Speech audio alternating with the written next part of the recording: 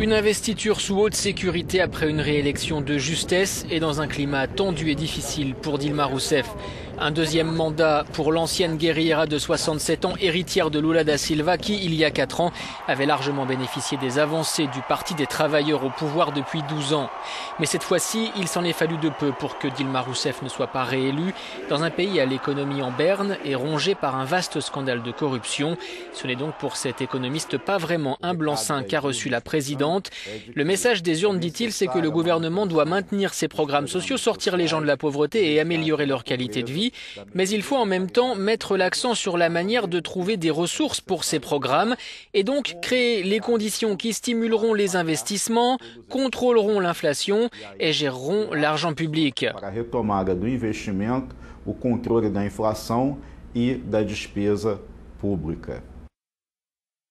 Si le taux de chômage ne cesse de baisser depuis 2010, atteignant son plus bas historique à 4,5%, l'inflation, en revanche, est repartie à la hausse depuis 2013.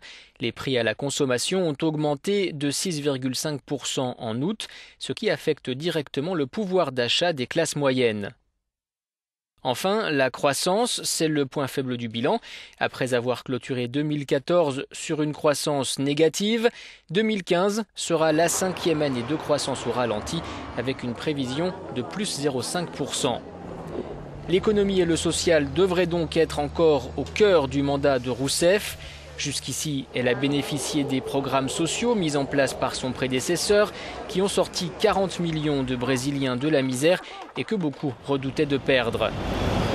En outre, d'autres défis attendent la présidente brésilienne, comme faire le ménage au sein du géant pétrolier public Petrobras, plongé dans un scandale de corruption qui éclabousse des hommes politiques du Parti des travailleurs et de partis alliés, même si aucun d'entre eux n'a été poursuivi pour le moment. L'enjeu est triple, éviter que le géant pétrolier, première entreprise du pays, ne voit sa note abaissée par les agences de notation, restaurer la confiance des Brésiliens, mais aussi la crédibilité du pays auprès des investisseurs étrangers.